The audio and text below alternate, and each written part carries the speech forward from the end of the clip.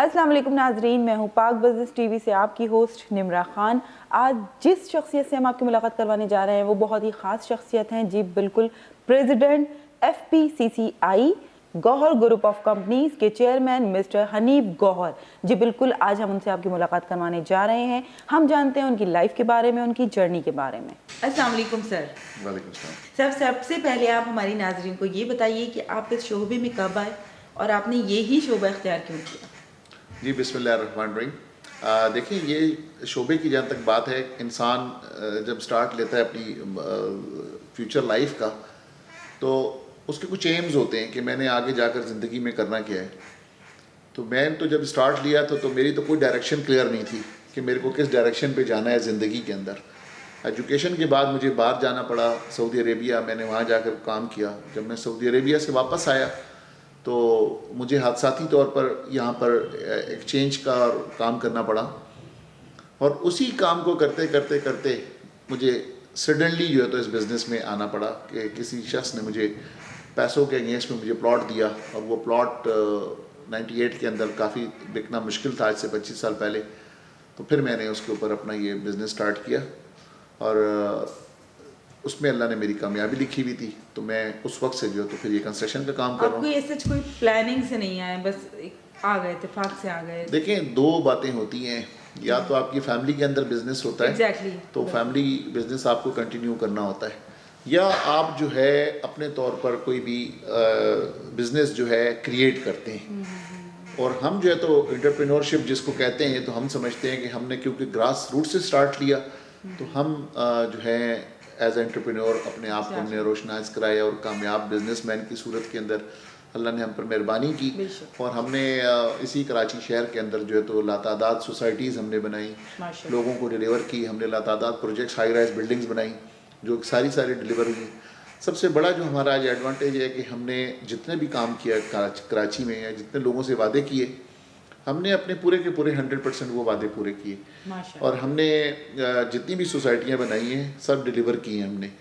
तो इस वजह से मैं समझता हूँ कि आज हम जो है तो इस काबिल हैं कि लोग हमें एक ब्रांड के तौर पर जाने माने जाते हैं।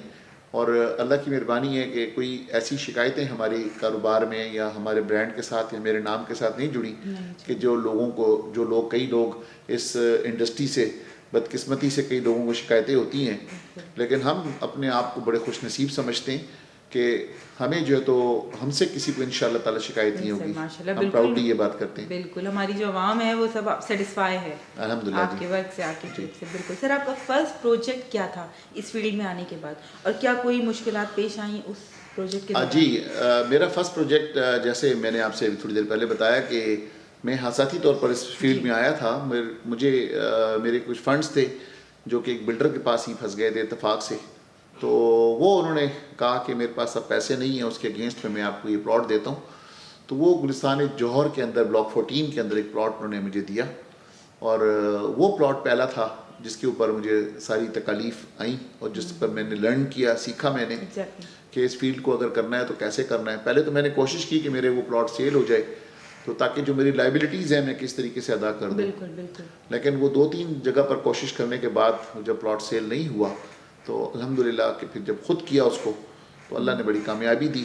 सर, तामीरात का जो शोबा है वो बहुत ज़्यादा मुतासर है, मतलब कंस्ट्रक्शन की फील्ड कितनी ज़्यादा कहना चाहिए ज़वाल की तरफ जा रही है, तो मतलब आप उसके बारे में क्या कहते हैं कि लोग आप ये देखें कि इस वक्त तो कंस्ट्रक्शन के हालात, जैसे मैंने 98 वाली आपको बात बताई, तो 98-99 के अंदर भी कंस्ट्रक्शन के हालात जो तो ज़वाल पजीर थे जिन दिनों के अंदर मैं इस फील्ड में आया था। और इत्तेफाक से हमने आज इतने अरसे के बाद हम दोबारा कंस्ट्रक्शन इंडस्ट्री को जो तो इंतहाई ज़वाल पजीर देख रहे हैं, क्योंकि आप स्टील की कीमत देखेंगे 300 रुपये से ज़्यादा बढ़ गई है। सीमेंट की बोरी आप देखें कि 1200-1500 रुपये पे पहुँच गई है। कॉस्ट ऑफ कंस्ट्रक्शन इतनी ज़्यादा हो गई है कि एक आम आदमी को घर ख़रीदना बड़ा मुश्किल हो गया है। जो मैंने घर की अगर मैंने 5 साल पुराना मेरा प्रोजेक्ट उठा के गौर ग्रीन सिटी देखें आप मरीर में, तो वहाँ पर मैंने 12 लाख में भी घर दिए हैं, 24 लाख में भी घर दिए हैं।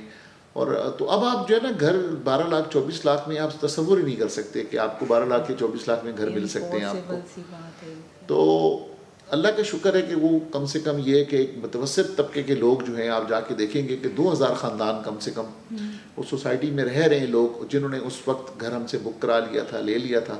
الحمدللہ آج ان کے 300% ضرور ریٹ بڑھ گئے ہیں ان کے گھروں کے, لیکن ہمیں خوشی ہوتی ہے کہ چلیں جنہوں نے ہم سے یہ گھر لیے تھے آج ان کے جو 24 لاکھ والے گھر تھے وہ 1 کروڑ پہ پہنچ گئے ہیں. تعمیراتی کام کے سلسلے میں آپ کی جو دوسرے ادارے ہیں ان سے کوئی شکایات؟ تمام اداروں سے شکایتیں تھیں, ایک ادارے سے نہیں ہے, تمام اداروں سے, کیونکہ رشوت کا کلچر اتنا بڑھ چکا ہے. کوئی بھی ادارہ ایسا ہے جس کے نام کے ساتھ سرکار لگا ہوا ہو کہ یہ گورنمنٹ ادارہ ہے, اس گورنمنٹ ادارے میں بغیر رشوت کے کوئی کام نہیں ہوتا. سر یہ بتائیے کہ اسلام آباد, لاہور اور کراچی کے کاروبار میں ڈفرینس کیا ہے؟ آپ یہ دیکھیں کہ لاہور, اسلام آباد, کراچی کا ڈفرینس یہ ہے کہ سب سے پہلے تو وہاں رشوتیں کم ہیں اور کراچی میں رشوتیں بہت زیادہ ہیں. بہت زیادہ ہیں. اس کی ریزن یہ ہے کہ یہاں پر ڈفرینٹ پارٹی کی حکومت ہے اور وہاں پر ڈفرینٹ پارٹی کی حکومت ہے. کراچی جو ہے تو بڑا شہر ہے, تقریباً 3-3.5 کروڑ آبادی کا شہر ہے. کراچی کے اندر جو ہے تو لوگوں کی لازمی بات ہے جتنے لوگ رہتے ہیں تو ان کی ڈیمانڈز بھی زیادہ ہوتی ہیں, ان کو گھروں کی ضرورت بھی زیادہ ہے. لیکن ہمارے یہاں پوائنٹ اب یہ ہے کہ لوگ اتنے مجبور ہو گئے ہیں اس حالات کی وجہ سے کہ وہ یا لاہور یا اسلام آباد یا دیگر شہروں میں منتقل ہوتے جا رہے ہیں. کم سے کم جو ہے اس قسم کے سسٹم کے نام کی چیز کی ان کو وہاں پر کوئی چیز نہیں بھگتنی پڑتی. وہ ایک عزت دار آدمی کام کر رہا ہے تو اسے یہ خطرہ نہیں ہے کہ اگر میں نے یہ جگہ انویسٹ کی ہے, یہ میں نے زمین خریدی ہے, تو آج رات کو میرے پاس سسٹم کے لوگ آئیں گے اور میری زمین کو قبضہ کر لیں گے. تو یہ کم سے کم ان کو نہیں ہے. تو یہ بہت بڑا فرق ہے جو آپ نے 3 کو فرق بتایا. کراچی میں اس وقت یہ سارے مسائل ہیں, دوسرے شہروں میں یہ مسائل نہیں.